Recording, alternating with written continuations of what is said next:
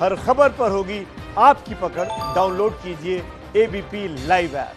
जन भावना की बयार जिस ओर बहती है, राजनीति भी उसी झोंके में शामिल हो जाती है।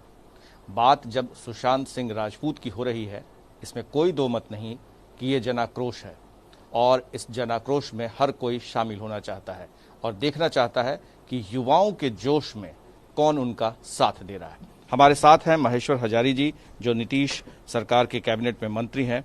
ये बताइए महेश्वर हजारी जी, आपकी सरकार ने तो एफआईआर दर्ज करा दी, आखिर किस आधार पर आप लोग देख रहे हैं कि रिया चक्रवर्ती वो इसमें विलन है? देखिए, जिस तरह की घटनाएं इससे पहले भी घटती थी और जितने भी प्रतिभावान व्यक्ति थे जो पूरे देश से लोग जाते थे, तो वहाँ पर एक गैंग है। उस गैंग के द्वारा जो प्रतिभावान व्यक्ति है, जो चाहता है जो आगे चल करके हो सकता है हम लोगों को डाउन कर दे, तो ऐसे लोगों की, चाहे लड़का हो चाहे लड़की हो, ऐसे लोगों की हत्या कराई जाती है वहाँ पर। वही गैंग के द्वारा रिया चक्रवर्ती के एक साजिश के तहत इनके पास भेजा गया और इसको प्रेम के जाल में फंसा करके, और जिस तरह से फिल्म में जो आप देखते हुएगा जो विषकन्या का रोल किस तरह से करता है, वही रोल में यह आकर के और उसको डसने का काम किया। और वो बेचारे जो हर चीज़ में टैलेंटेड था, हर चीज़ में टैलेंटेड था, वो पढ़ाई लिखाई से लेकर के सब चीज़ में टैलेंटेड लड़का था और लाख इनका करोड़ों लोग फॉलोअर है। और जिस तरह से आप लोगों ने जो मीडिया के माध्यम से जिस तरह से आवाज़ उठाने के काम किए हैं, मैं धन्यवाद के पात्र हैं। आप लोगों मैं धन्यवाद देता हूं। चूँकि मीडिया इतनी हाईलाइट नहीं करती तो मैं समझता हूं हम लोग तो समझिए हो गए थे जब न्याय नहीं मिलने वाला जो हालात थी। लेकिन जब उनके पिताजी ने यहाँ पर केस किया और सारी बातें की जानकारी हुई, तो लोगों में एक बौखलाहट सा आ गया कि इस तरह के अन्याय इस देश में, प्रजातंत्र में, देश में रहते हुए नहीं होगा। इसीलिए हर लोग चाहते हैं, युवा हो चाहे हर लोग, बिहार के तो 100% पूरे भारत के लोग जहां भी बात करते हैं सबका है यही जो न्याय मिलना चाहिए। ठीक है, न्याय की जहां तक बात है, महाराष्ट्र में ये घटना हुई मुंबई में, तो लेकिन मुंबई पुलिस, वो जो बिहार पुलिस ने एफआईआर दर्ज किया है, मुंबई पुलिस वहां पर उसको सहयोग ही नहीं कर रही है। 4 टीम वहां घूम रही है लगातार, कोई न बात कर रहा है, न पोस्टमार्टम रिपोर्ट दे रहा है। देखिए, बिहार पुलिस जो वहाँ गई, कल हम लोग टेम्पू से देखे उसको जा रहा था। महाराष्ट्र की पुलिस ने, महाराष्ट्र की सरकार ने कोई उसको सुविधा देने के काम नहीं की, जबकि प्रोटोकॉल का नियम है जब महाराष्ट्र सरकार के जो पुलिस है उसके साथ जाकर के और साथ जाकर के उसकी जांच करना, लेकिन महाराष्ट्र सरकार ने नहीं किया। इसलिए महाराष्ट्र सरकार से कोई उम्मीदें नहीं है। इससे भी बहुत सारी घटनाएं हुई और कितना दिन इस घटना का हो गया, लेकिन अभी तक कहीं कुछ नहीं, केवल जांच करके वो चाहता था रफा दफा करना। इसीलिए महाराष्ट्र सरकार से कोई उम्मीद नहीं है और हम लोग भी, बिहार सरकार उच्च स्तरीय बात हो रही है, जो विधि सम्मत होगा राय लेकर के, जब तक इसको सीबीआई जांच नहीं होगी तब तक न्याय नहीं मिलेगा। इसलिए सीबीआई जांच की मांग हम लोग भी करते हैं भारत सरकार से, और सीबीआई जांच होगी तो मैं समझता हूँ न्याय मिलेगा।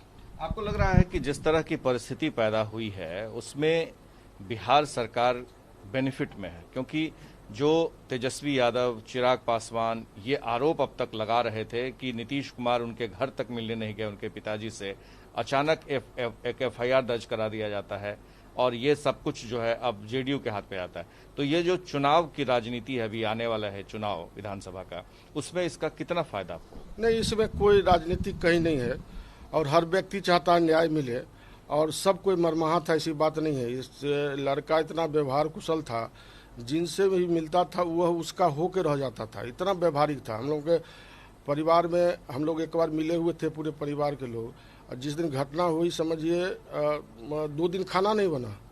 जबकि इस तरह की बात, इतना अच्छा लड़का, मैंने समझता हूँ इतना टैलेंटेड रहते हुए इतनी व्यवहारिक था, वो इतना मिलनसार था जो आप सोच नहीं सकते। याद कर सकते हैं उन दिनों को जब आपकी उनसे मुलाकात हुई थी, किस तरह से क्या हुआ? क्या कहें, वही ना कहे, इतना मनमाहत सब कुछ थे हम लोग, जो वह बहुत होनहार।